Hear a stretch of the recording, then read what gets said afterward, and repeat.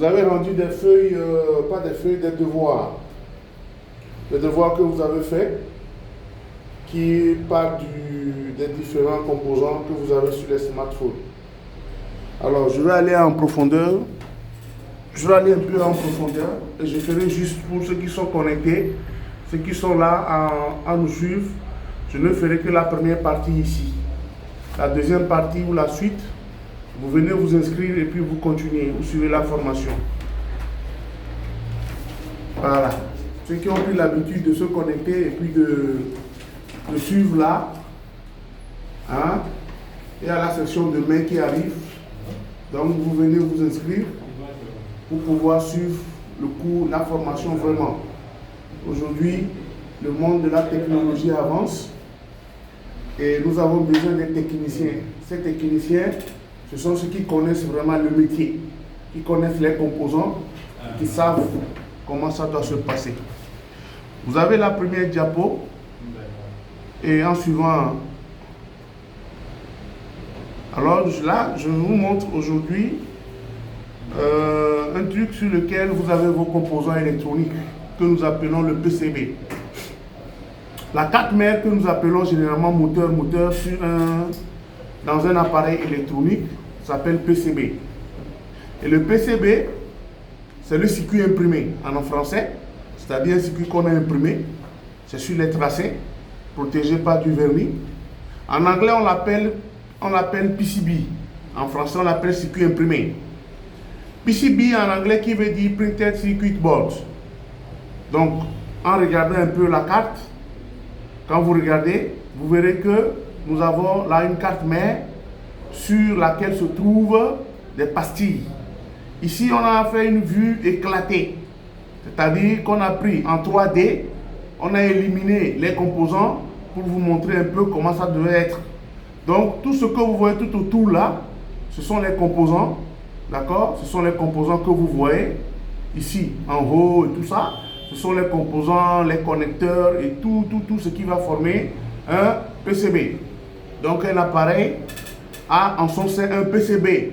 Un technicien doit normalement parler de PCB au lieu de parler de moteur. Les moteurs, c'est dans les avions, c'est dans les engins roulants. C'est dans les engins roulants. Mais dans un appareil électronique, on parle de PCB ou circuit imprimé. Donc sur le circuit imprimé se trouvent des composants. Ces composants-là, nous avons commencé par les étudier. En regardant le PCB, vous avez les pastilles. Ce qui est très important pour moi parce que c'est les pastilles qui font le travail. C'est la connexion des composants à partir des pastilles sur le circuit imprimé qui vont faire fonctionner votre appareil. Alors si vous voulez dessouder un appareil, vous voulez changer un composant, par malheur vous enlevez la pastille, ça veut dire que vous avez foutu l'appareil à la poubelle. Donc les pastilles sur une carte mère sont très importantes. Une pastille, c'est la soudure, c'est la place du composant, l'endroit où on soude le composant. Donc en dessoudant un composant, en voulant remplacer un composant, vous faites très attention pour ne pas arracher la pastille. Alors, ce qui est marrant, vous verrez qu'il y a des pastilles qui sont un peu plus grandes que les autres qui sont petites. Les plus grandes pastilles sont proposées pour les circuits intégrés. Ce que les gens appellent puce. Donc, quand vous voyez les pastilles comme ceci, en réalité, c'est pour les circuits intégrés. Les autres petites pastilles là sont pour les composants passifs. Les composants passifs, ce sont les résistances, les diodes, les condensateurs et les bobines. Ce sont les composants passifs. Donc, c'est réservé uniquement que pour les composants passifs, c'est-à-dire les tout petits composants que vous avez voulu enlever tout à l'heure.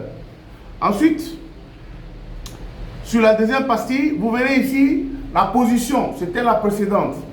Voici un peu sur le PCB la position de chaque composant. Vous verrez que vous avez des zones noires et des zones claires. Les zones noires, ce sont les composants que nous appelons généralement les puces ou les circuits intégrés. Beaucoup de gens ne connaissent pas ce que c'est que la puce ou le circuit intégré. Le circuit intégré est un composant qui rassemble sur une petite puce à l'intérieur des milliers d'autres composants. Donc, pour faire une fonction spécifique sur le composant, au lieu d'avoir 1000 résistances, 1000 diodes, 1000 transistors, 1000 bobines, on va essayer de le concentrer tout ce lot-là sur une puce. Par ce qu'on appelle la microsoudure ou la nanotechnologie ou la nanotechnologie. C'est-à-dire qu'aujourd'hui, on prend une puce sur laquelle on va maintenant introduire d'autres impuretés intrinsèques pour former maintenant un autre composant qui fait la fonction de 1000 composants. Donc ce que nous appelons les puces ou les circuits intégrés. Et ce que vous venez de rendre comme devoir, c'est à peu près ce que vous êtes en train de voir. C'est les circuits intégrés que vous avez étudiés, que vous avez rendus. Donc chaque circuit intégré sur un PCB a une fonction spécifique. Nous allons voir maintenant sur un PCB comment se présente un peu la structure. Quand nous regardons un PCB, de vue, on ne voit que les composants, les pastilles. Mais à l'intérieur, on voit quoi? On voit de l'intérieur, c'est-à-dire quand nous prenons la petite surface en verre, là, ici, là où on a encadré en verre, c'est elle qu'on a éclatée ici au microscope électronique. Et au microscope électronique, les pastilles que vous voyez ici, ces pastilles-là que vous voyez dans cet angle-là, ici, c'est ça que nous avons ici. Ces pastilles-là que vous voyez, ce sont ceux que vous retrouvez ici. Les 3 pastilles, les 6 que vous avez à l'angle ici. Là, hein, vous voyez le curseur. Il faut que je me lève Vous êtes en ligne, vous suivez. À partir d'ici déjà, je pense que je vais arrêter si vous n'obtenez pas 1000 cœurs. À partir de là, je vais arrêter le live. Attention. Alors, la partie que vous voyez là, ici, c'est la petite partie là qu'on a sélectionnée. Donc, les 6 pastilles que vous voyez ici, ce sont eux qui sont là. Ceux que vous voyez ici, ce sont eux-là, celle d'en haut et les 2 autres. Au microscope électronique, on a percé la pastille. C'est qu'on a regardé, on est allé jusqu'au fond. On est rentré dedans. Et quand on rentre dedans, voilà, à vue d'œil, on voit ça. Mais quand on zoome encore, on voit encore à un niveau élevé, on se retrouve avec quoi? Avec des fils qu'on voit à l'intérieur. Donc ça veut dire que si nous prenons une pastille comme ceci, en regardant la pastille, un PCB, en regardant le PCB comme ceci, on ne voit que les composants. Mais au fond, se trouve à l'intérieur que nous ne voyons pas entre ici et ici, ça. Donc ça veut dire quoi? Que sous un PCB se trouvent des lignes de conduite. C'est comme aujourd'hui nous parlons des souterrains dans les villes. Dans les grandes villes, en Europe, on a ce qu'on appelle des canalisations souterraines qui permettent de faire passer l'électricité et autres, gaz et autres. C'est à peu près ce qui se passe également ici. Donc dans un PCB, nous avons des lignes de conduite que nous ne voyons pas. Ce que vous allez voir tout à l'heure, voilà. Voilà en réalité, quand on tire encore ou bien on zoome encore, là toujours la partie verte qu'on a zoomée, c'est en réalité on dirait quoi? On dirait que nous sommes en New York ou bien on est, je ne sais pas dans quelle ville des États-Unis avec des autoroutes et des échangeurs. C'est ce qu'on voit en fait. On a l'impression qu'on est dans une grande ville, en Chine par exemple, où on a des échangeurs et des routes vraiment pas possibles. Mais en réalité, ça, c'est la pastille. Ça, c'est la pastille. Et qu'est-ce que vous voyez? Les fils passent entre eux. Les fils passent entre eux. Et ces fils qui passent entre eux sont normalement isolés les uns des autres. Chaque fil que vous voyez là-bas est isolé l'un de l'autre. Ce n'est pas parce que vous les voyez suspendus comme ça que vous allez croire que non. Si on devait les laisser passer, c'est du cuivre. Si on devait les laisser se toucher, là on va créer toujours un court-circuit. Et c'est ce que la plupart des techniciens font à Dakar. Ou bien pas à Dakar seulement, mais dans presque toutes les villes où vous voyez un technicien qui utilise le diluant pour laver sa carte. Ça, c'est dans tous les pays du monde. C'est dans tous les pays où on utilise le diluant. On pense que le diluant est un bon effet, mais en réalité, c'est l'ennemi juré des PCB. Le diluant est un ennemi juré du PCB. On n'utilise jamais le diluant pour laver une carte. Mais pourquoi? À cause de ce que vous êtes en train de voir là maintenant. Donc, dans un PCB, on a des milliers de fils qui passent entre elles, des lignes qui passent entre elles, comme on parle d'un échangeur ou bien d'une autoroute, ou bien, je ne sais pas, comment je vais dire ça. Hein? Donc, en réalité, voici un peu ce que nous avons. La suite, vous avez, si nous prenons par exemple une partie d'une carte mère, d'un PCB, ici, quand je vois ça, j'ai l'impression de voir quoi? Une caméra, la caméra arrière de votre téléphone. Ça, c'est une caméra. Ce que vous êtes en train de voir là, c'est la caméra qui est connectée sur quoi? Sur son support. Donc vous avez la nappe qui est là. Vous avez la nappe qui est là. Et ensuite, elle est connectée sur son support. Son support là qui est là, il faut que cette caméra là puisse communiquer avec quoi? Communiquer avec le processeur qui est ici. Il faut que la caméra puisse converser, échanger avec quoi? Avec le processeur. Mais pour le faire, il faut forcément qu'il y ait des lignes de conduction. Et ces lignes-là, ce que vous voyez debout, vous voyez comme ceci là, en cuivre là, ce n'est pas dessus, c'est dessous, c'est dedans.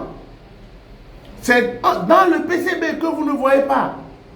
Donc voilà un peu comment est-ce que, un exemple, le PCB est constitué. On a l'impression d'avoir des accessoires qui sont connectés sur la carte, mais en réalité, chaque composant est interrelié à son vis-à-vis. Et les fils là, vous ne les voyez pas.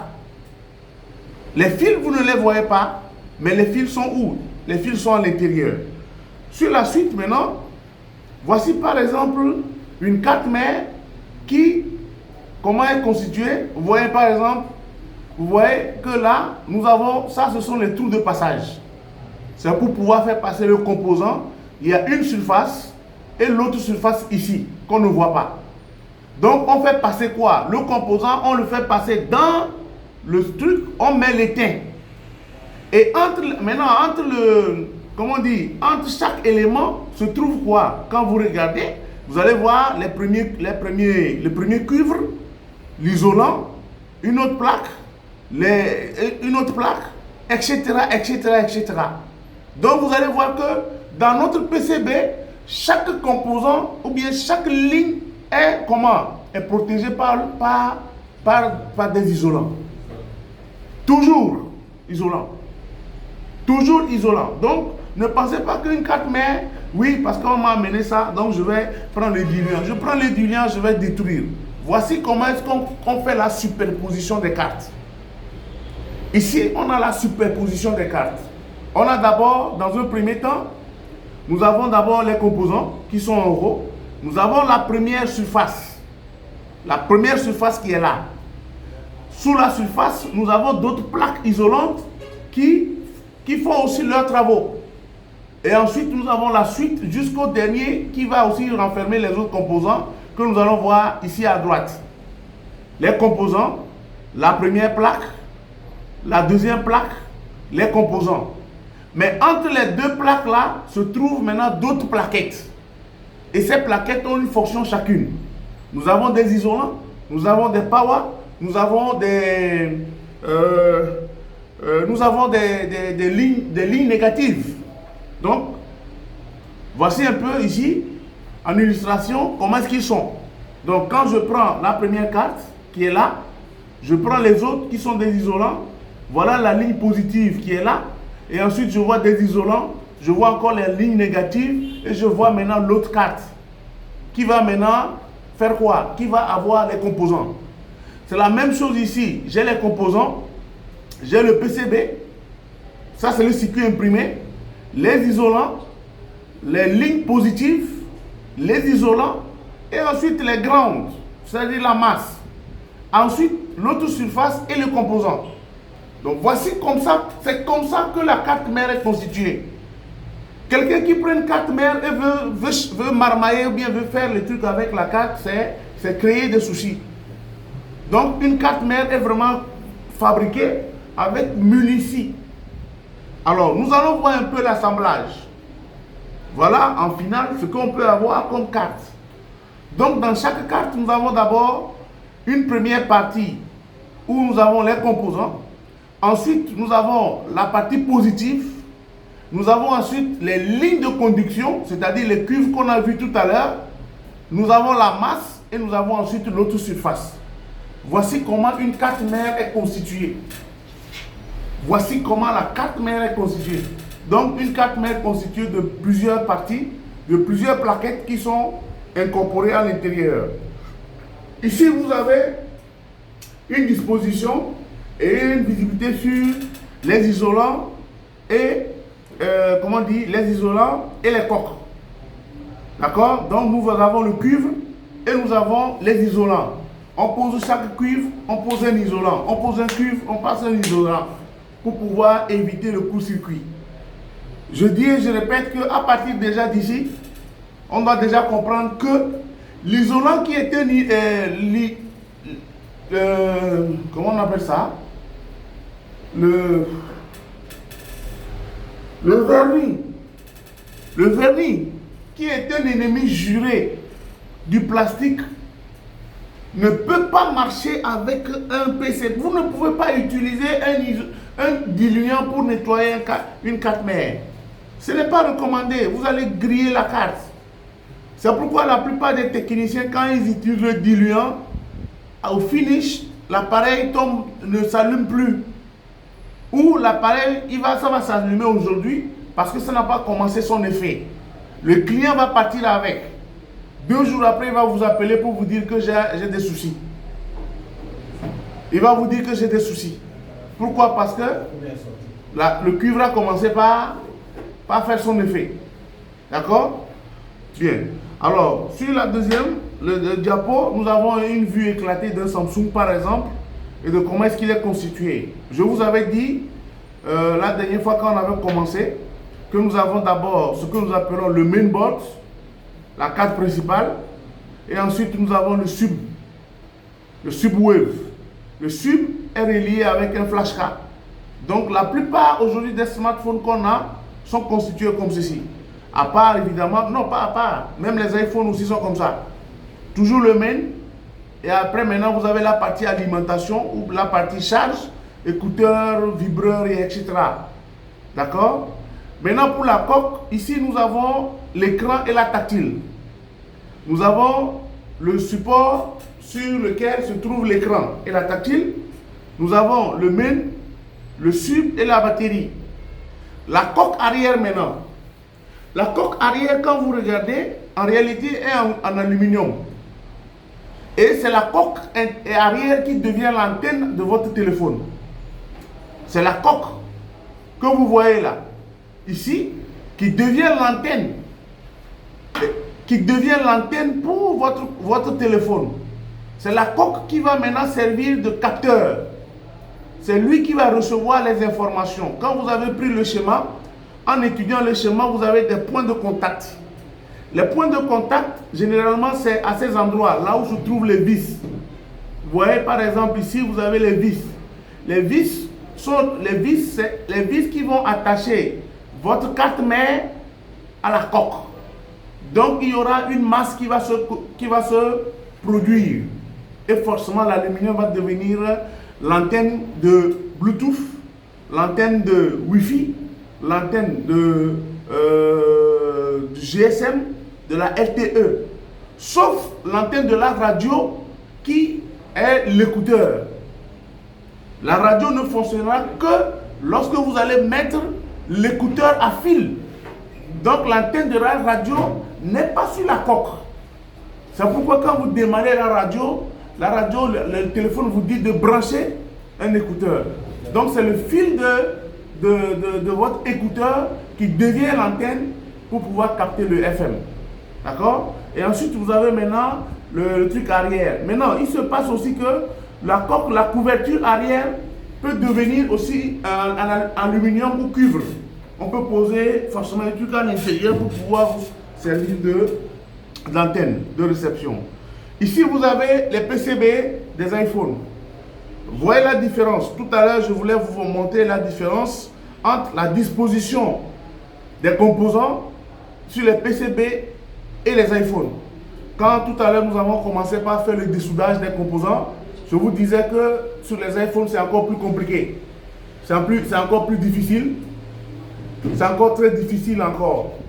Vous voyez un peu, c'est encore très difficile de travailler sur les iPhones. Mais quand on a la bonne technique, la bonne méthodologie, il est plus facile pour nous de travailler. Et un bon technicien qui doit réparer une carte mère, qui ne s'allume pas, qui n'a pas, doit connaître les composants. Et je pense que c'est ce que vous avez fait. Et ces composants qui sont ici, si normalement vous avez fait les recherches, on vous dira que le composant autour duquel se trouvent beaucoup de condensateurs de bobines est le Power Management. Je pense que vous avez trouvé ça. Si vous n'avez pas trouvé ça, ça veut dire que vous n'avez pas fait votre travail. Normalement, bon, je vais aller. Je continue. À peu près, vous avez le poids d'une carte mère est à peu près de 14 grammes d'œufs. À peu près. Le poids d'une carte mère. Et ici, nous avons ici là, en schéma la présentation d'une carte mère d'un Samsung. Voilà, je crois que c'est un J7, un JS ou bien un Grand Prime. Donc, à peu près, le poids d'une carte mère est estimé à 4,2 grammes. Le poids d'une carte mère. Bien. Sur les composants électroniques, comme je vous l'avais dit, on a deux types de composants. Nous avons les composants miniatures de surface que nous appelons SMD, des Surface Mounted Device. C'est le cas de la photo à gauche. Vous avez ici les SMD, des Surface Mounted Device. Et à droite, vous avez les composants traversants ou les composants traditionnels. La différence de ces deux composants, c'est que les composants traversants ou traditionnels doivent être montés à travers des trous percés sur le PCB. Tandis que ceux-ci sont directement montés sur la surface. C'est ce que vous avez fait tout à l'heure la dernière fois. Il y a des gens qui m'ont accusé de les avoir fait brûler les doigts. Parce que oui, quand le composant traverse ça, pour l'enlever, ça veut dire qu'il a rempli, l'étain a rempli le trou. Donc pour le dessouder, ça va être compliqué. Donc voilà un peu l'avantage et les désavantages des composants. L'avantage des composants miniatures de surface, c'est que nous avons des cartes mères réduites. Nous avons des cartes mères vraiment très fonctionnelles et nous avons pour les fabricants l'économie. Quelqu'un qui fabrique les appareils avec des composants miniatures de surface fait beaucoup plus d'économie que quelqu'un qui fabrique des appareils avec des composants traversants. Pourquoi? Parce qu'il est obligé d'utiliser des cartes un peu plus grandes et larges. Et la soudure n'est pas aussi aisée. Tandis que pour les composants miniatures de surface, la soudure peut se faire par refusion. Donc en une journée, en 1 heure de temps, il peut fabriquer autant d'appareils que s'il avait les composants traversants. Je continue. Si on va devenir la Chine de l'Afrique, donc nous allons commencer par ceci. Ici vous avez, je vais démarrer ici avec le PCB les PCB. Je vais démarrer ici avec les PCB. Et quand vous regardez, vous avez deux types de PCB. Votre recherche pour le cours prochain. Vous mettez ça vous notez ça quelque part. Le cours prochain, recherche. Ben, vous êtes connectés, vous nous suivez. Je vous ai demandé d'arriver jusqu'à 10 000 likes. Vous êtes connectés, vous nous suivez. Envoyez des likes. Sinon, tout à l'heure, je vais commencer les bonnes choses et je vais couper le live. Voilà, je vais couper les lives. Si on n'atteint pas les 10 000 likes, je vais couper le live dans 5 minutes. On est à 17. On est sur la diapo 17e, la 17e diapo sur 55. À 25 diapos, je vais arrêter le live. Si on n'atteint pas les 10 000 cœurs. Si on n'atteint pas les 10 000 cœurs, je vais arrêter le live.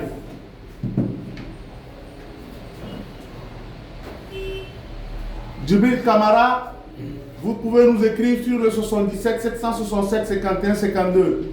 Ceux qui sont connectés et qui nous suivez, vous voulez avoir les informations, écrivez sur le 77 767 51 52. Sinon après je fais une pause publicitaire et puis hop, je coupe le live. Bien, vous avez le PCB. Sur la recherche prochaine, je veux que vous me cherchiez ce que c'est que la cage de Faraday.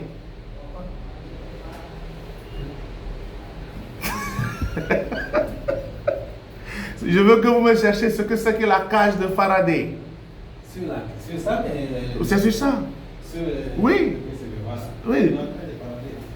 La cage de Faraday. Ou bien vous avez une idée? Ça, c'est au niveau d'un condensateur. Non. Non, non. Le métal qui couvre les circuits intégrés. Toi, tu l'as déjà fait. Si. Toi, tu l'as déjà fait. Toi, j'en ai déjà parlé. Toi, tu n'es pas avec eux au même niveau.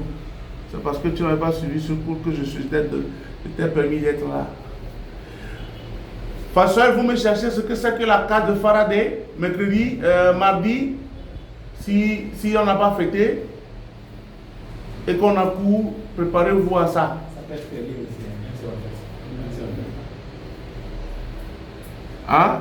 La cage de Faraday. Qu'est-ce que c'est que la cage de Faraday? Faraday, c'est F-A-R-A-D-A-Y. C'est l'inventeur qui l'a trouvé. La cage de Faraday. La cage de Faraday. C'est quoi la cage de Faraday? La cage de Faraday.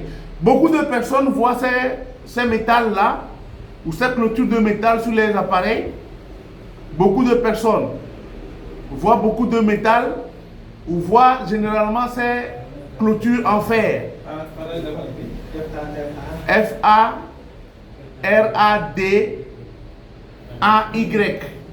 Cage de Faraday. Cage de Faraday. La cage de Faraday. Qui est en live là-bas? Qui regarde le live? Il y a quelqu'un qui regarde le live sur son téléphone. Il n'y a personne. Personne ne regarde le live. Bon. Alors, la plupart des techniciens, quand ils ouvrent déjà un appareil ou un smartphone, ils constatent qu'il y a ces clôtures en fer. Voilà, ces structures en métallique là sur les PCB. Quel est leur rôle? Quelle est leur fonction? Quand ils finissent de réparer le téléphone, voici la limite de cette structure ou bien de cette clôture là. Voilà, vous voyez un peu, c'est ça qu'on a enlevé. Quand ils finissent de réparer l'appareil, ils ne remettent pas. Ils remontent l'appareil comme ça. Et ils vous remettent. Alors que le Toubab a fait ça là parce qu'il y a une raison. Et cette raison, c'est ça que je vous demande de chercher. D'accord? Ça, c'est pour cette raison que je vous demande de faire les recherches. Vous me direz ça mardi. La cage de Faraday. Ensuite, quand je regarde le PCB, en tant que technicien, la première des choses à faire, c'est de commencer par regarder par où commence le signal. Comme on nous a dit, le schéma électronique se lit de la gauche vers la droite, de l'entrée du signal vers la sortie. C'est ce qu'on nous a dit. Sur les PCB, ce n'est plus la même chose. Parce que ici, ce n'est plus dessiné. Ici, maintenant, on a fabriqué. Entre un dessin et une reproduction, il y a une différence. Pour pouvoir lire une carte mère, un PCB électronique, il faut toujours chercher l'entrée. Alors nous avons plusieurs entrées. Nous avons plusieurs entrées. Plusieurs entrées, c'est d'abord la partie réseau, la partie connectivité que vous avez étudiée, la partie réseau que nous appelons radio, la partie radio ou réseau qu'on appelle. En termes techniques, c'est radio. Dans le jargon banabana, là, c'est ça que nous appelons réseau. Donc, quand nous prenons la partie réseau, nous avons trois technologies. Nous avons trois technologies qu'on a.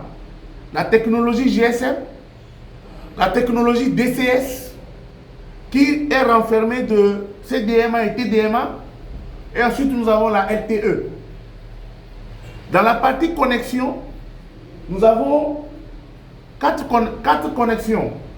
Nous avons le Wi-Fi, nous avons le Bluetooth, nous avons le GPS, nous avons ensuite le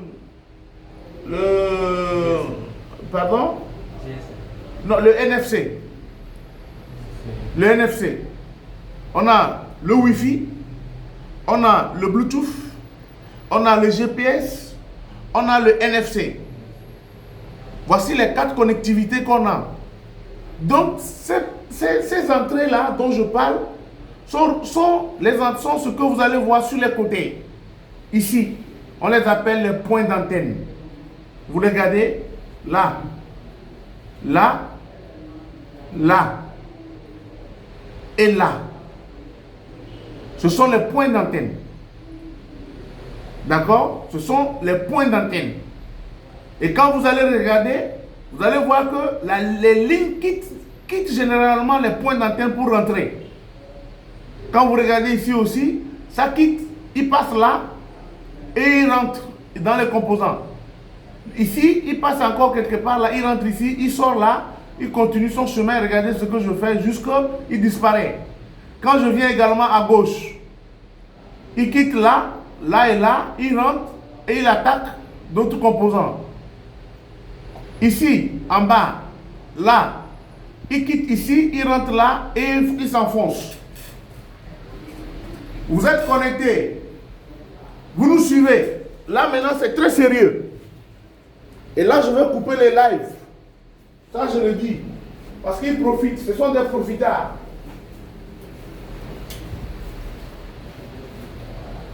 Ici, ici, là, là, ce sont des points d'antenne. Ce sont des points qui touchent quoi? La coque. C'est eux qui vont toucher la coque. Et c'est à partir de ces points-là que le signal va rentrer dans mon smartphone. Ici, c'est ce que nous appelons l'entrée du flex. C'est-à-dire le câble d'antenne qui va prendre la carte d'en bas et l'amener vers la principale. Si nous n'avons pas les entrées d'antenne ici, GSM, ils ne sont pas généralement ici. C'est en bas qu'ils sont. La 3G est en bas. Soit on met la 2G en haut et on met la 3G, la 4G en bas, la LTE. Donc, ils seront conduits par un câble que nous appelons le flex. On connecte ici. Et il va suivre pour aller maintenant vers l'antenne du bas. Ce sont les entrées dans les entrées. Donc, un bon technicien qui veut réparer une carte mère doit normalement pouvoir repérer tout ça. Et aujourd'hui, l'avantage qu'on a sur les smartphones, c'est que les fabricants mettent directement les noms. On peut mettre par exemple BT ici, ça veut dire que c'est Bluetooth. On peut mettre le Wi-Fi pour dire que c'est le Wi-Fi. Et ici, on peut mettre le GSM pour dire que c'est le GSM, etc. C'est comme ça. Donc, la plupart des fabricants maintenant font des efforts. Sinon, avant, c'est comme ça. Vous ne voyez absolument rien. Seuls les composants peuvent vous dire la fonction. D'où il faut connaître les composants. Quelle est la méthodologie pour connaître les composants? Voilà. Ça, je ne le dirai pas en live. Parce que ceux qui sont connectés là, ils n'ont pas payé. Donc, si on doit connaître les composants ici, là, c'est autre chose. Et c'est ce que vous avez fait d'ailleurs. Donc, je viens maintenant sur cette carte. J'ai ma cage de Faraday qui est là. Voici la cage de Faraday. Pourquoi on l'a mis sur le PCB? Il faut d'abord comprendre ce que c'est que la cage de Faraday et ensuite maintenant savoir pourquoi c'est sur le tube. Ici, vous avez une cage de Faraday qui couvre quelque chose. Ici, nous avons une cage de Faraday également, mais on l'a enlevée. Quand on a fini de réparer l'appareil, on a pu monter. La cause, je ne vais pas vous dire ça tant que vous ne me dites pas d'abord ce que c'est que la cage de Faraday. Donc dites-moi puis je vous dirai pourquoi on le met. Quand je parle des antennes, voici l'entrée des antennes. Et ensuite, il suit cette ligne. Là, et il va disparaître ici. Ici, nous avons une entrée. Et ensuite, il va rentrer par ce que nous allons appeler le château. Écoutez. Le château, le voici également ici. Vous voyez, il est différent de ces points d'antenne. Le château, il est différent. Le château, il est différent d'un point d'antenne. Ce n'est pas la même chose. Voici l'entrée du signal qui passe sous le château. Il sort du château, il a deux composants. Ensuite, il continue son chemin pour rentrer dans un circuit. Ce circuit-là, c'est ce que vous avez étudié qui est là, l'antenna switch. À partir d'ici, On a d'autres composants. Nous avons les duplexeurs, nous avons les filtres, les coupleurs, et ensuite nous avons le circuit réseau. Et là, nous avons maintenant un circuit que nous allons appeler un circuit 3G ou 4G pour pouvoir lire. Pour pouvoir lire la carte. Connaître les composants, c'est beaucoup de recherche. Messieurs, les cœurs, nous ne les voulons pas dans les commentaires. Envoyez les cœurs directement en like. Les cœurs, nous ne les voulons pas. Monsieur Khaban, si vous voulez, parce que j'ai dit d'envoyer les cœurs, vous envoyez des cœurs par ici, là. Moi, je vais couper les lives tout à l'heure. On est à 17. À 18, je vais couper. Ou bien c'est à 25, j'ai dit. Je vais aller maintenant sur les circuits que vous allez rencontrer. Et les circuits que vous allez rencontrer, j'ai ciblé uniquement que les circuits de charge. Ce sont les circuits intégrés. Ce sont ces circuits intégrés-là que vous allez rencontrer dans votre travail. Que ce soit en réparation des smartphones, que ce soit en réparation des PC portables, que ce soit en réparation des jeux, de la télé et tout. Nous devons atteindre les 10 000 j'aime. On n'a pas 10 000 j'aime, je ne vais pas continuer, messieurs. Je vous l'ai dit, je vais arrêter les lives. Je vais arrêter les lives ici sur TikTok. Si vous voulez vous abonner sur notre lien YouTube. Comme ça, vous allez voir le cours là-bas sur YouTube.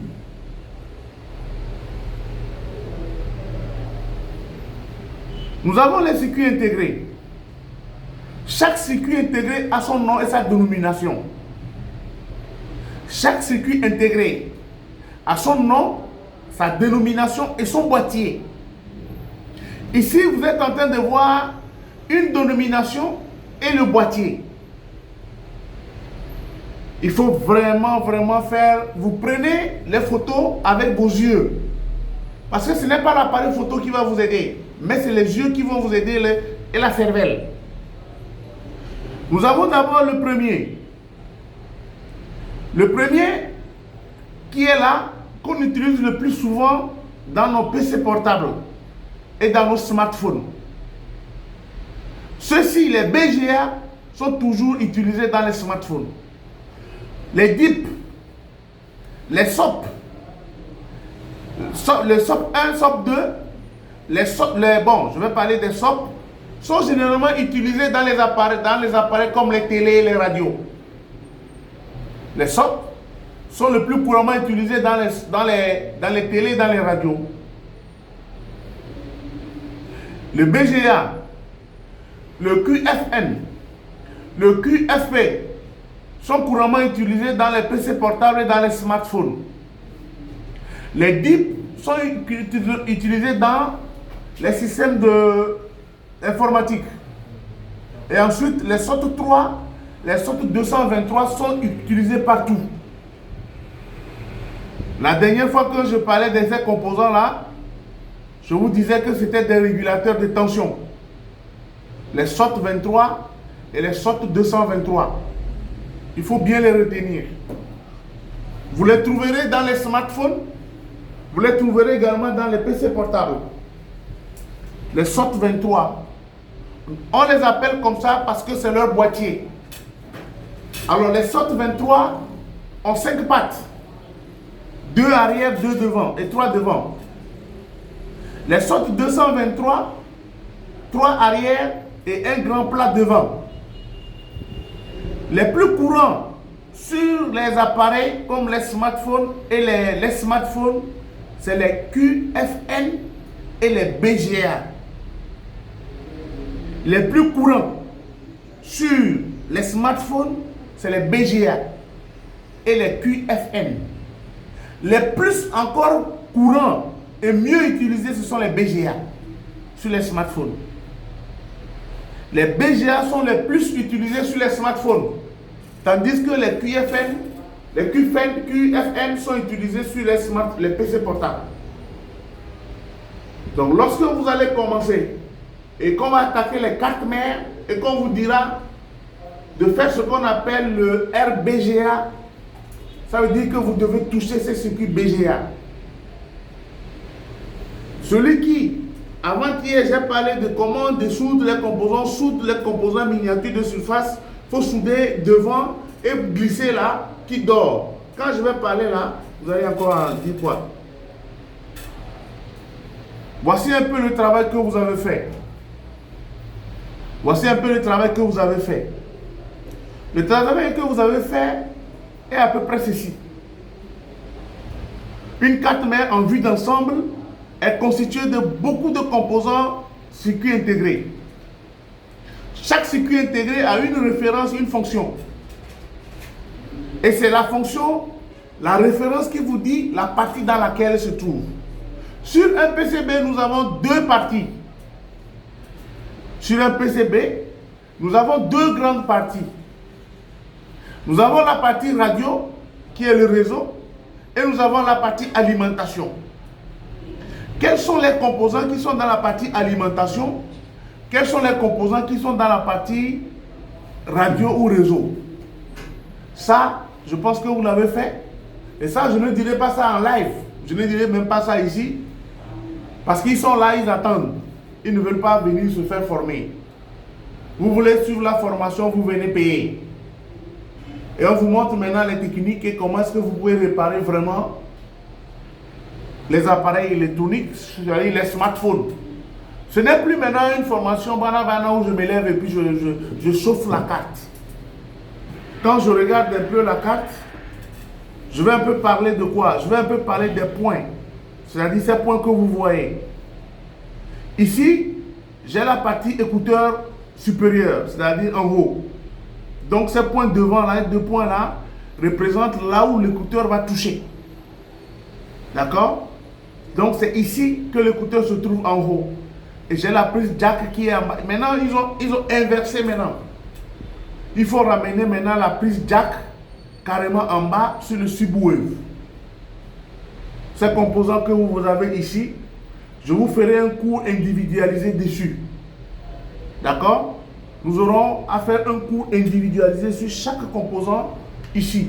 Mais ça ne sera pas en live. Bien. Je peux avancer. Il y a des questions? Vous avez des questions? Non, merci. Je reviens encore sur les PCB et sur la position de chaque BGA. Vous allez voir que sur cette carte, on a beaucoup de BGA. Les BGA, c'est ça, hein? C'est ce que vous voyez là. Beaucoup. On a beaucoup de BGA. Les petits composants avec des... Vous voyez ici. Ici, je l'ai soulevé parce que je voulais que vous voyez un peu comment est-ce que les billes sont. BGA, normalement, veut dire ball grid area. Ball grid area. Qui parle de balles, parle de billes. Donc, c'est une zone à billes. Un circuit intégré à billes. Maintenant, ceux qui prennent le plaisir de chauffer la carte comme ils veulent, là, quand le composant, quand l'appareil arrive, et que le client vous dit que j'ai une panne, il enlève la carte et commence par chauffer là, il y a des conséquences. Ces conséquences, c'est au niveau des billes. C'est au niveau, c'est sous le composant. Voici, nous avons soulevé ici les composants. Voici ici un BGA, ici aussi.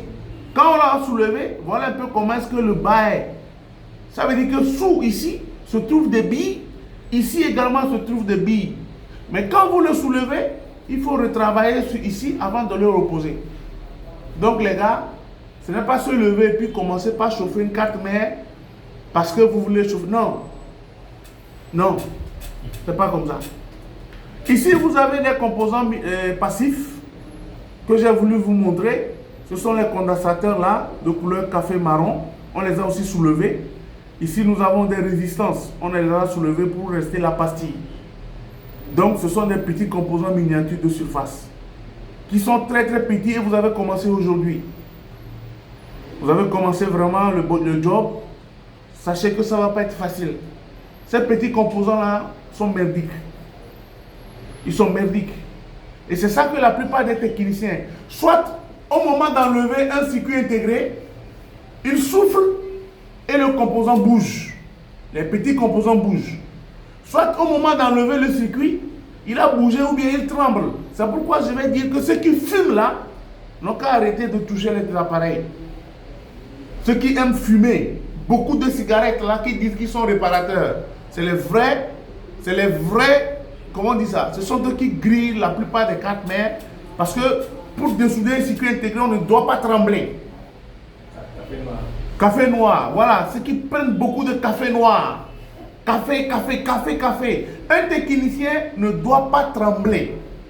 Un technicien qui tremble, ça veut dire qu'il va gâter les cartes. Au moment de soulever le composant, vous avez bougé.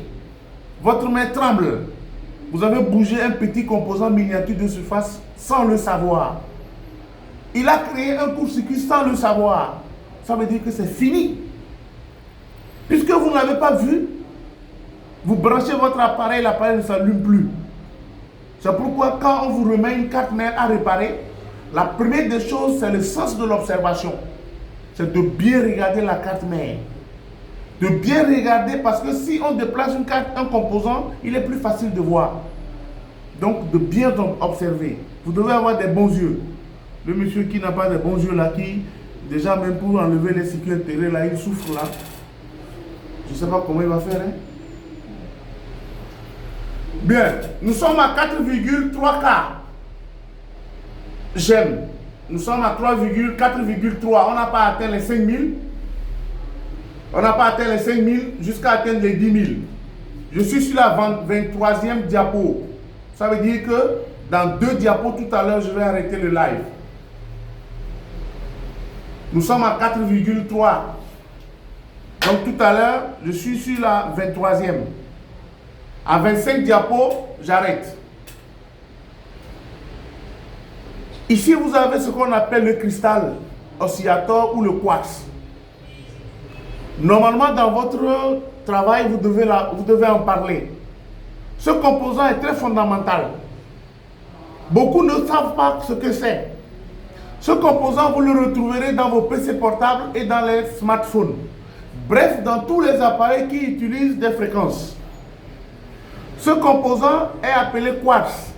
C'est un composant électronique qui possède comme propriété utile d'osciller à une fréquence stable lorsqu'il est stimulé électriquement. Ça veut dire quoi? Que le quartz, comme son nom l'indique, cristal oscillateur en anglais, est un générateur de fréquences. Puisque nous avions dit que dans un smartphone, nous avons plusieurs fréquences qui viennent. On a la 900, la 1800, la 850, la 2100, la 2500 pour la 3G, la 4G. Donc, qu'est-ce qui se passe? On doit créer une fréquence. En propagation des ondes électromagnétiques, on parle de onde portée et de l'onde de la porteuse.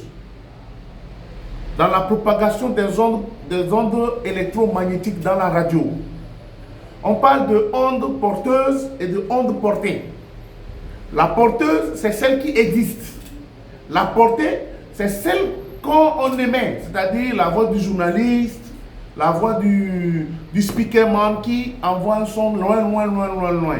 Donc, il faut d'abord créer une fréquence qui existe et ensuite maintenant greffer une autre fréquence dessus qui va aller loin. C'est ce que nous faisons dans la radio FM. Mais la différence de la radio FM et de l'AM, c'est que la FM est de courte distance, tandis que la AM est de longue portée. Voilà un peu la différence. Et c'est le quartz qui détermine la fréquence sur laquelle vous allez émettre. Avant, quand on n'avait pas encore vu l'utilité du quartz, on fabriquait des appareils qui oscillaient à des fréquences données.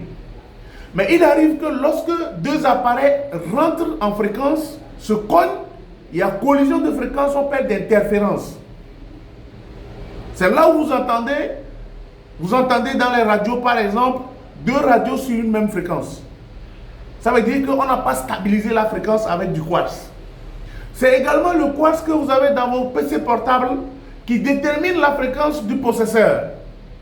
Messieurs, quand on achète un PC, on n'achète pas un PC parce qu'il a 1000 Tera et il a 16 Go de RAM. Non. On achète un PC parce que la fréquence du PC me permet d'exécuter des données à très vite très vite, à une rapidité très élevée. Cela est déterminé par le quartz. C'est pourquoi quand vous voulez acheter un PC, je pars dans les systèmes, paramètres d'ordinateur, système, et je vois quelle est la fréquence après le processeur. Si vous avez un ordinateur qui a sa fréquence de 1.16, 1.6, 1.8, alors que le gars vous dit qu'il a 16 Go de RAM, 1 Tera de disque dur, vous pouvez mettre 1000 Go de RAM, votre machine sera toujours faible. La différence se fait aujourd'hui dans les smartphones que nous avons appelés 2G ou bien de la première génération qui ont des barrettes mémoire ou des RAM de 2 Go. Quand vous prenez un smartphone de RAM 2 Go ou 1 Go et un téléphone de 3 Go ou 4 Go, la différence est là parce que quand vous utilisez même la vidéo, quand vous utilisez même Internet, quand vous utilisez même les applications, c'est plus rapide que celui de 2 Go de RAM. Pourquoi? Parce que l'oscillateur de fréquence qui est là, c'est ce qui détermine la vitesse à laquelle le processeur doit fonctionner. Plus la vitesse de la fréquence d'oscillation de votre processeur est élevée à partir du quartz, mieux votre téléphone exécute les données le plus vite possible. Voici le quartz. Et le quartz, vous allez le trouver dans la partie radio, dans la partie réseau de votre smartphone. Sa fonction, c'est de générer des fréquences pour les appels sortants et les appels rentrants. Donc, si ce quartz est malade, vous aurez un problème de réseau. Vous aurez problème d'échec d'appel ou fin d'appel. Les gens qui amènent les appareils chez les techniciens ont dit problème de réseau. La puce, elle est bonne. L'appareil fonctionne. Vous enlevez la puce, vous mettez dans un téléphone, ça marche. Mais quand vous mettez la puce là-bas, ça ne marche plus. Échec d'appel, fin d'appel, échec d'appel, fin d'appel. Messieurs, le composant qui est à l'origine de ça, c'est le quartz. Bon, je vais arriver sur la 24e diapo. 24e diapo. Donc ça veut dire que tout à l'heure, je vais arrêter le direct, je vais couper le direct. Tout à l'heure, je vais couper le direct.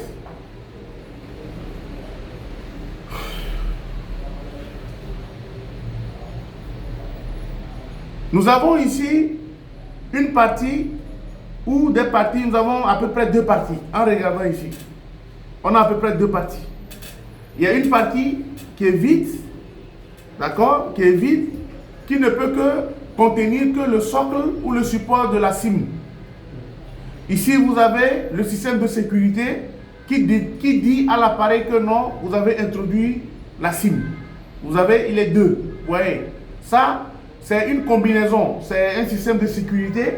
C'est lui qui va informer votre microprocesseur que vous avez introduit une SIM. Et si le système n'est pas fermé, c'est lui aussi qui dira que non, vous n'avez pas de SIM dans la carte. Il dira insérer SIM. En haut, vous avez ici une cage de Faraday. Vous avez une cage de Faraday. Vous avez une cage de Faraday.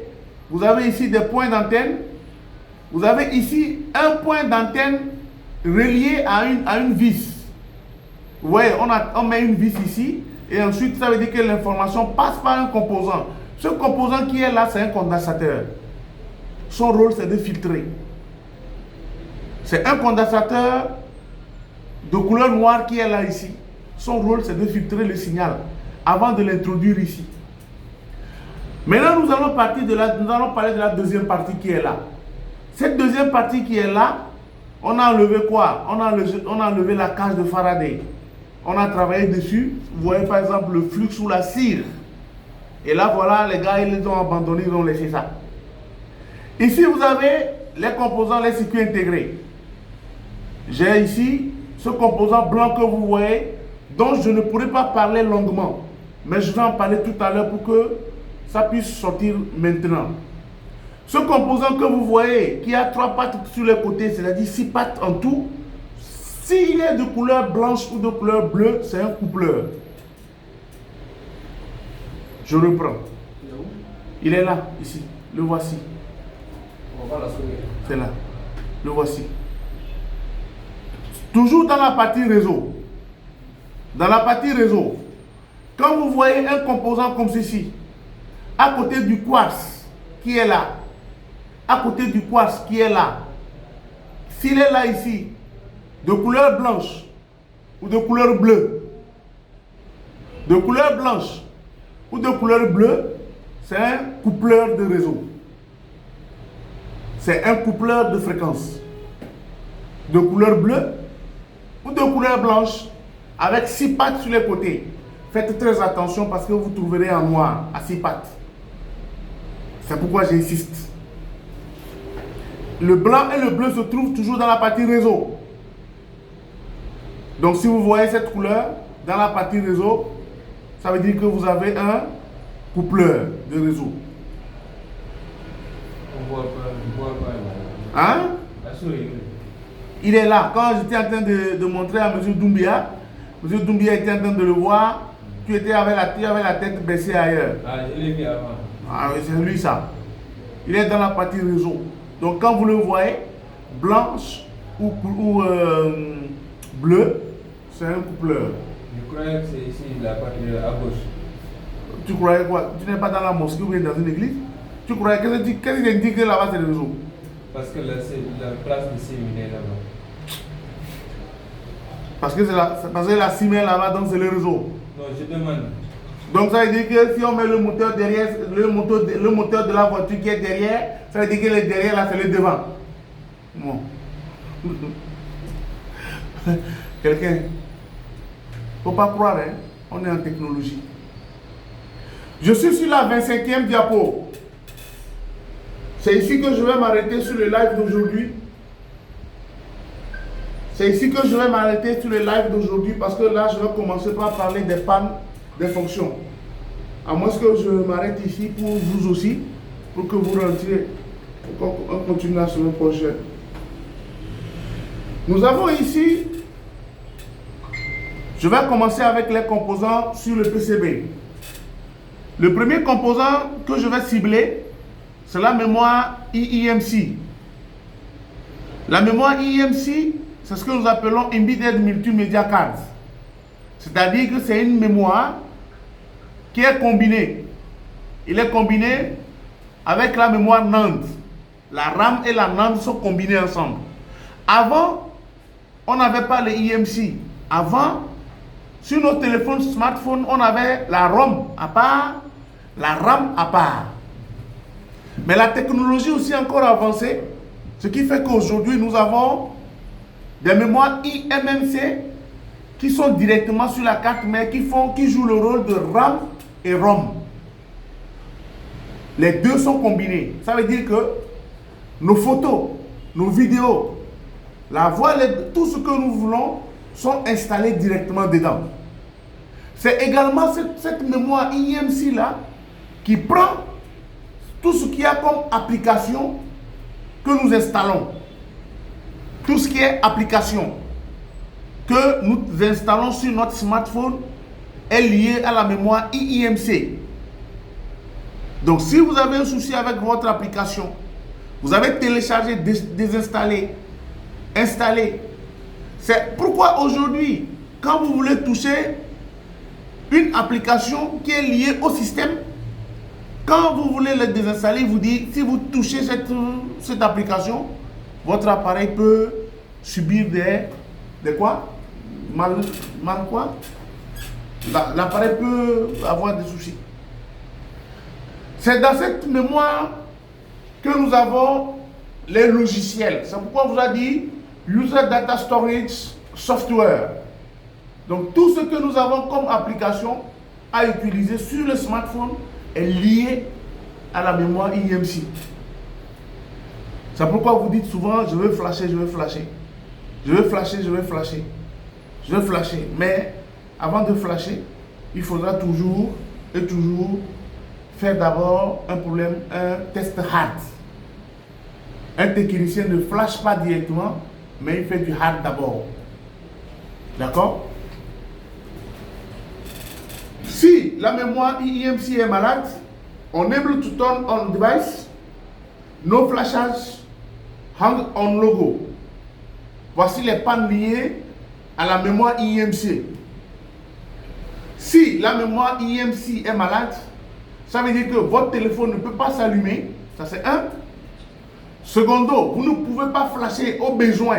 C'est-à-dire si l'application ne marche pas, vous ne pourrez pas le flasher. Et ensuite, le troisième problème, c'est que l'appareil peut se bloquer sur le logo. Hang on logo.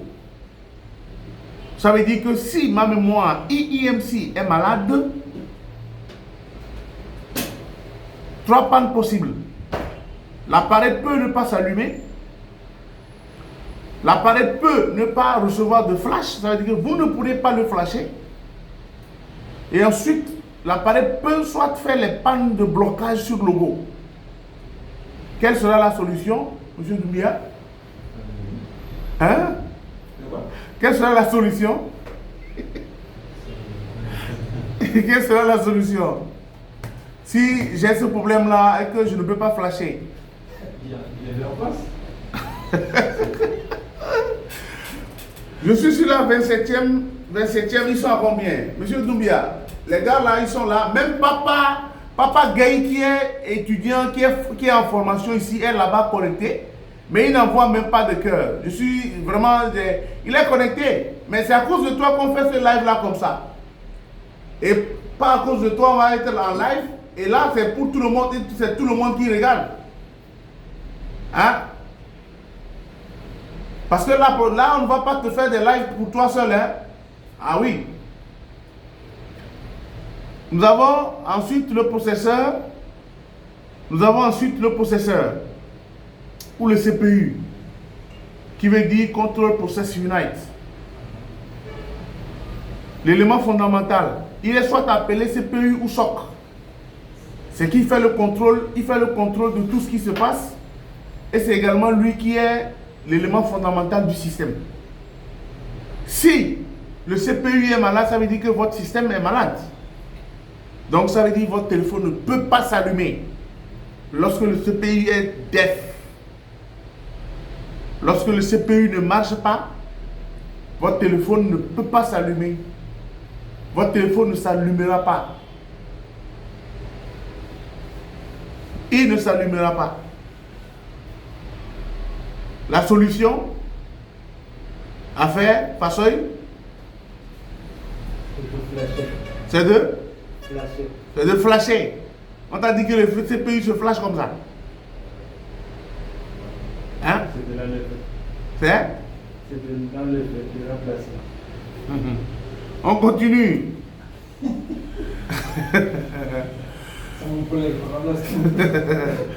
Le module Bluetooth ou le Wi-Fi. Le module Bluetooth ou le Wi-Fi. Ils sont combinés. C'est pourquoi, quand vous avez commencé par faire votre devoir, je crois que certains ont vu dans le module de connexion les mêmes chiffres, les mêmes références. Ils n'ont pas compris. On a compris après. Hein? Ben oui, après il fallait que j'explique en fait. Ils ont profité de moi. C'est pas normal. Non, on a compris que c'est les mêmes références. Comment je vous pose la question de savoir est-ce que les références... C'est une combinée? Si c'est unique. C'est une combinée. Ça veut dire que c'est la même. C'est une combinée. Alors, si nous avons un problème de Wi-Fi ou de Bluetooth, qu'est-ce qui va se passer généralement? C'est que votre smartphone ne peut pas se connecter au Wi-Fi, ni ne peut recevoir ou ne peut être détectable par d'autres. D'autres composants ne peuvent pas, d'autres appareils ne peuvent pas le voir. Vous le cherchez, vous ne le trouvez pas. Vous le cherchez, vous ne le trouvez pas. Vous cherchez votre Wi-Fi, vous cherchez votre appareil, vous ne le trouvez pas. Ça veut dire que le module Wi-Fi est malade. Et le module Wi-Fi, c'est un composant, c'est un circuit intégré. La seule chose à faire, c'est de l'enlever. D'abord, dans un premier temps, on ne l'enlève pas directement. Là, maintenant, on peut souffler maintenant le module. On peut au moins souffler cet élément-là, parce qu'on sait que c'est lui. Mais c'est souffler toute la carte là qui est problématique. On peut au moins souffler la carte pour permettre que le circuit puisse reprendre. Pourquoi? Parce que, entre-temps, l'appareil tombait, l'appareil recevait des chocs. Et en recevant les chocs, le circuit se décolle doucement, doucement. Voilà pourquoi il faut chauffer la carte, mais en chauffant la carte, il faut d'abord cibler le composant qui est concerné. Première partie de la section réseau, première section de la partie réseau. Et le circuit réseau, il s'appelle WTR. Le circuit s'appelle WTR. Le circuit réseau s'appelle WTR. Et le WTR, c'est le circuit réseau. Mais dans la partie réseau, il y a plusieurs types de circuits. Nous avons les circuits 4G, nous avons les circuits 3G, 2G, nous avons le circuit réseau, nous avons l'antenne switch. Nous avons des fois le VCO et surtout, nous avons ce qu'on appelle le Power Amplifier. Donc, en d'autres termes, voici en quelque sorte la zone que j'ai ciblée en parlant de circuit réseau. Toute cette zone-là, c'est la partie réseau. Je l'ai reconnu par quoi? Je l'ai reconnu par, d'abord, le point où le signal va rentrer. Et je l'ai reconnu également par les points d'antenne et les châteaux. Vous voyez un peu. Là, j'ai les deux filtres qui sont là, les deux coupleurs dont j'ai parlé blanc. Les voici, qui sont là, qui vont directement faire quoi? Vont rentrer dans le circuit ici. Donc, il faut vraiment faire attention. Les composants dont je vous montre, je les limiter. Ici, nous avons les points d'antenne. Les points d'antenne sont où? C'est là. Vous voyez? Les points d'antenne, vous les voyez là, au-dessus. Vous avez là, ici. Et voici par exemple, là, ils passent sous, ils passent là, et ils vont disparaître ici. Et ensuite, maintenant, vont se retrouver dans la partie réseau ici. Ah. Là. Les voici. Hein? Là, vous regardez là, il sort là. Quand il sort d'ici, ici, la pointe d'antenne là, il passe là, il rentre ici, il ressort ici. Là, tac, tac, tac, il vient là, il ressort d'ici, il remonte là, là, là. Et normalement, il va disparaître quelque part ici. C'est un coupleur, ça? Où? Ici? Oui. Non, ce n'est pas un coupleur. Le coupleur a 6 pattes. Le coupleur a 6 pattes. Ici, ça peut être juste un condensateur. Voilà. Donc, votre circuit va se retrouver ici. Une résistance qui a 0 sur son corps est quoi? C'est juste un pont. C'est juste un pont, c'est juste un jumper. D'accord? Maintenant, nous allons voir un circuit qui maintenant nous délimite un peu ça. Donc, quand je regarde un peu le circuit, je me retrouve avec le circuit RS, le circuit 3G, 4G, le Power Amplifier et ce que nous avons appelé le Power Amplifier 2G. Donc ici, nous avons un circuit combiné. Un circuit combiné, nous avons le PA veut dire Power Amplifier. Le Power Amplifier peut également s'appeler PFO, c'est-à-dire Power Frequency Oscillator. D'accord? Ici, nous avons le Power Frequency Oscillator de la 2G. Et ici, nous avons le Power Amplifier de la 4 et la 3G. Et nous avons le circuit réseau principal, le WTR, qui est là. D'accord? Donc, le circuit réseau s'appelle WTR.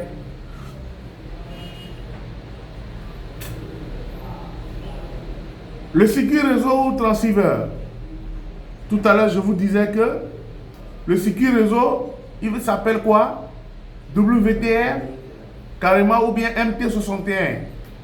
Si vous voyez un circuit qui commence généralement avec WTR, il faut savoir que c'est le main RFIC. C'est-à-dire que c'est le circuit principal de réseau. Le voici. Alors, si le circuit WTR est malade, ça veut dire que votre téléphone va afficher nos services et ensuite il affiche Emergency Only. Ça veut dire que vous n'avez que des appels d'urgence ou aucun réseau. Aucun réseau. D'accord?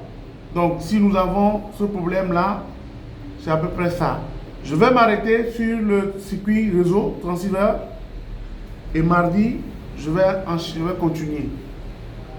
C'est bon? Ça commence par devenir. Maintenant, petit à petit, vous reprenez maintenant votre travail, le brouillon que vous avez fait. Si vous avez une carte à la maison, une carte de téléphone, un téléphone qui est gâté, un téléphone qui ne marche pas, maintenant, vous avez l'occasion maintenant de commencer, de le démonter, de commencer maintenant par l'ouvrir et ensuite de commencer par repérer quoi? Repérer ce qu'on a vu. Je me suis arrêté sur le circuit réseau. Ça, je ne sais pas. Il faut d'abord me dire ce que c'est que la case de Faraday d'abord. Ben oui. Mais tu veux réfléchir aussi là-dessus pour savoir. C'est comme ça qu'on travaille. C'est comme ça aussi on travaille. Les quoi ça? Hein? C'est pour bloquer les champs magnétiques. Hein? J'ai fini avec ici.